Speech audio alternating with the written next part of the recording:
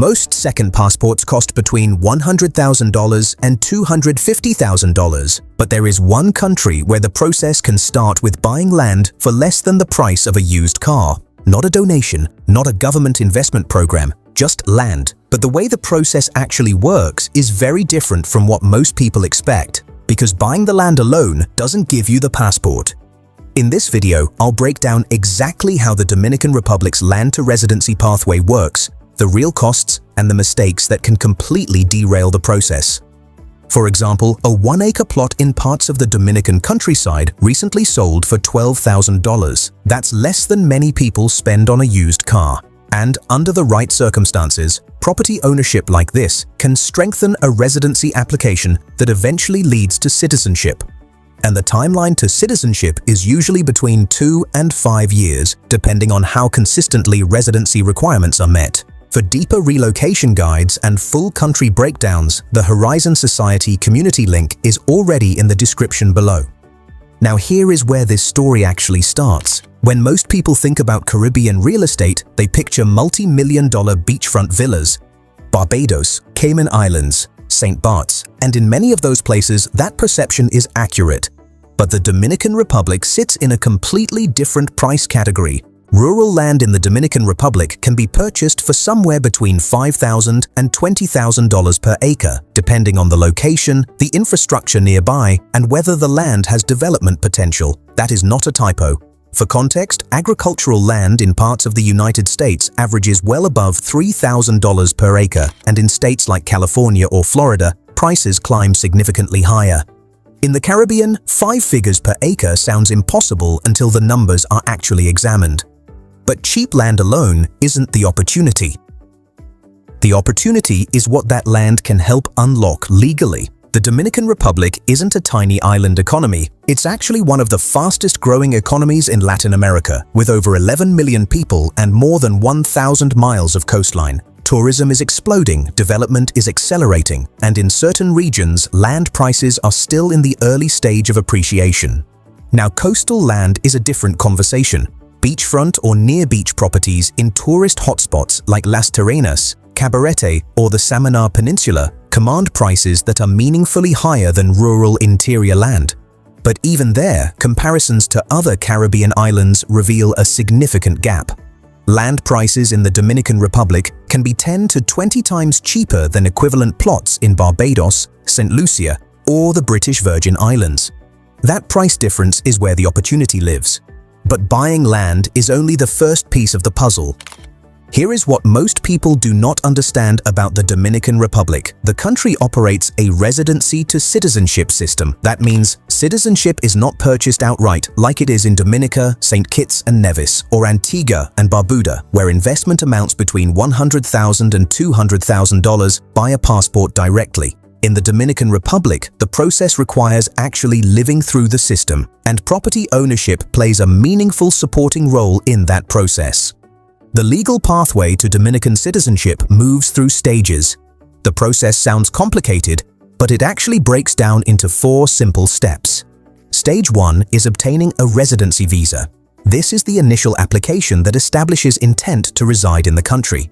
It requires documentation, including a background check, proof of financial means, and a valid reason for residency, which can include property investment, retirement income, or business activity. Stage 2 is temporary residency. This is typically valid for 1 year and requires renewal. During this phase, the individual is building their physical presence in the country, which matters for what comes next. Stage 3 is permanent residency. After meeting the residency requirements, an application can be submitted to convert temporary status into permanent status. This is the more stable tier of legal residence, and it opens the final door. Stage 4 is citizenship eligibility. After holding permanent residency for a qualifying period, a naturalization application becomes available. The full timeline from first application to citizenship eligibility typically runs somewhere between 2 and 5 years, depending on how consistently requirements are met and how efficiently the paperwork moves through the system. Now here's the key point most people miss. You're not buying citizenship. You're using property and residency to legally move through the system. property ownership does not automatically qualify someone for residency in the Dominican Republic the way a pure investment visa works in some other countries. But owning property strengthens the application. It demonstrates genuine ties to the country, provides a fixed address for documentation purposes, and signals to authorities that the applicant has real skin in the game. For applicants who are also developing or renting their land, the economic activity adds an additional layer of legitimacy. But there is a major advantage that makes this process easier than most countries. The financial thresholds for Dominican residency are relatively accessible compared to European alternatives. Portugal's Golden Visa program, which attracted significant attention before its rules changed in 2023 and 2024, required real estate investment starting at €280,000 in qualifying interior regions.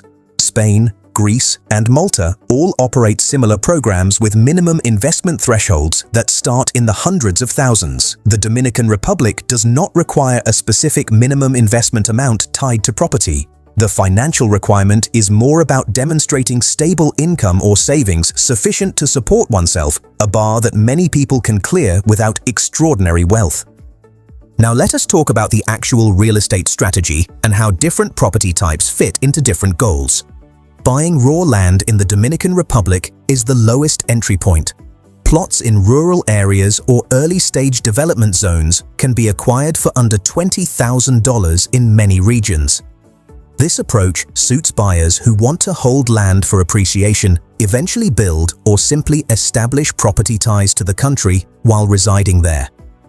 The challenge with raw land is that it produces no immediate income and requires active management to ensure it is not encroached upon, which is a real consideration in certain rural areas. Buying a condo or developed property in a tourist zone sits at the opposite end of the strategy spectrum. Areas like Las Terrenas on the Samana Peninsula are well-established expat communities with functioning rental markets, reliable infrastructure, and strong tourism demand. A modest condo in that area might be acquired in the $40,000 to $80,000 range and could generate rental income when the owner is not in residence. This approach costs more at entry, but the property earns while the residency timeline runs. Cabarete on the North Coast is known for its kitesurfing community and younger expat demographic. Puerto Plata, also on the North Coast, is one of the more historically significant cities in the Caribbean and has seen renewed investor interest as infrastructure has improved.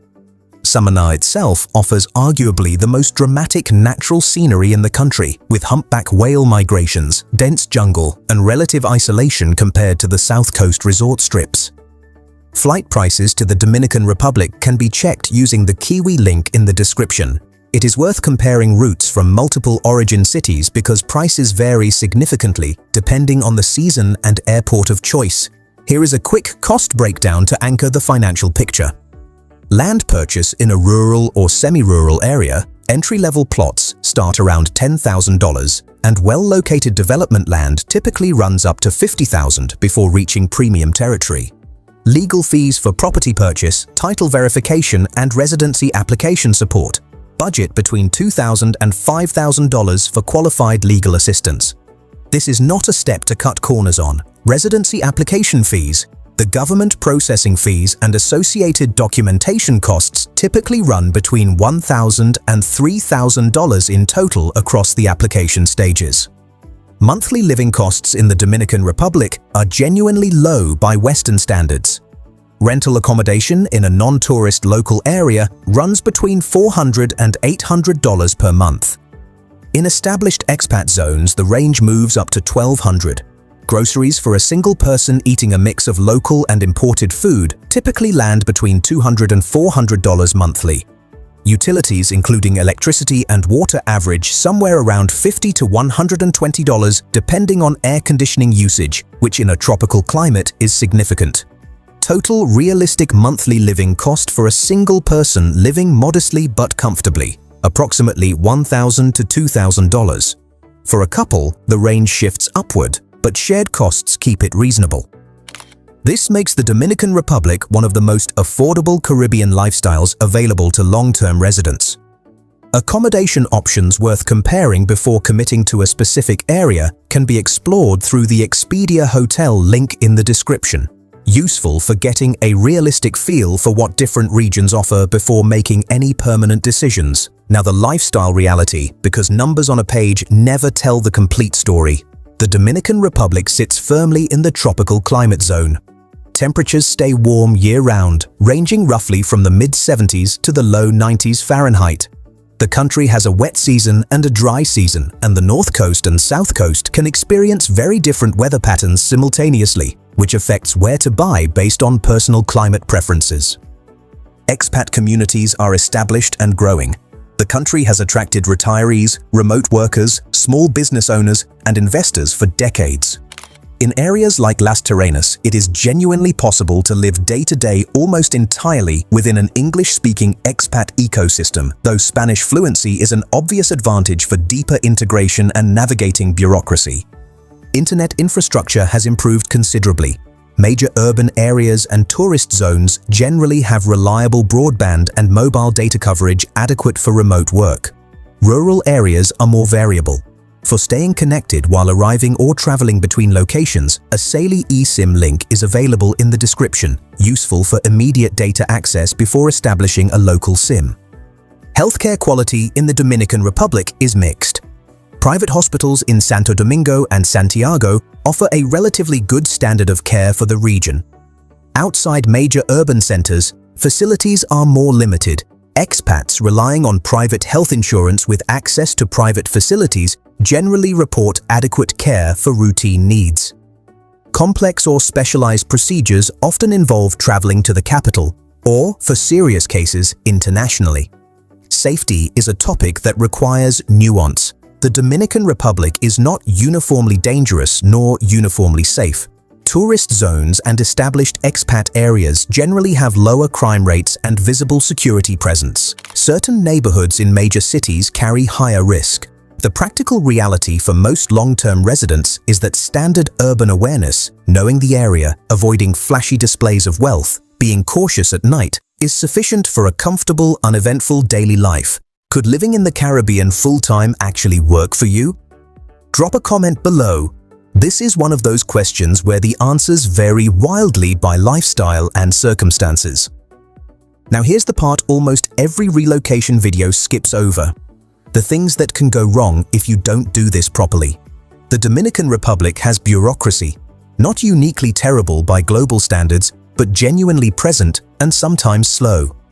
Residency applications can take longer than expected. Documents get lost. Requirements shift. Having a qualified local immigration lawyer is not optional. It is the difference between a process that works and one that stalls indefinitely. Budget for legal support from day one and choose someone with documented experience in residency and property transactions. Property title verification is critical. The Dominican Republic uses a land registry system, but title irregularities and competing claims on rural land do exist. A full title search, called a deslinde in local legal terminology, is essential before completing any purchase.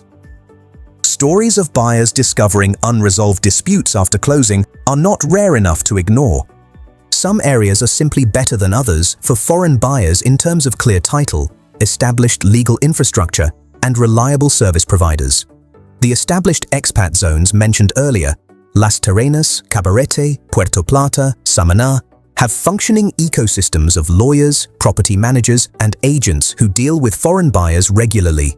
Venturing far outside those ecosystems into genuinely rural or underdeveloped areas requires significantly more due diligence. But even with those challenges, the passport itself may be the biggest surprise. Here is what Dominican citizenship actually delivers. The Dominican passport currently provides visa-free or visa-on-arrival access to approximately 60 countries. That number is not in the same league as a US, EU, or UK passport, but it is not the point of this particular pathway. The value proposition here is different. The Dominican Republic allows dual citizenship. That means a person who naturalizes as Dominican does not have to surrender their original citizenship. The passport becomes an addition to the travel document portfolio, not a replacement. That framing matters significantly. This is not about abandoning a strong passport for a weaker one. It is about adding an option, adding a second legal identity, and securing rights in a strategically located Caribbean nation with a growing economy. The regional access is also relevant. Dominican citizens have free movement and work rights within the Caribbean Community Framework for certain purposes, and the country's geographic position, with direct flights to North America, South America, and Europe, makes it a functional base. Compare this to the direct citizenship by investment programs in other Caribbean nations. Dominica's program starts at $100,000 for a single applicant.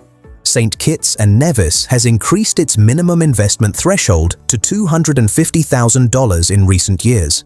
Antigua and Barbuda sits around $130,000. These programs deliver passports faster, but they require capital outlay that puts them firmly out of reach for most people. The Dominican Republic's pathway requires time and presence instead of a large upfront check, a very different but genuinely accessible trade-off. Which Caribbean country would you choose for a second residency or passport? Leave the answer in the comments. There are several competing options, and the right answer genuinely depends on the individual situation.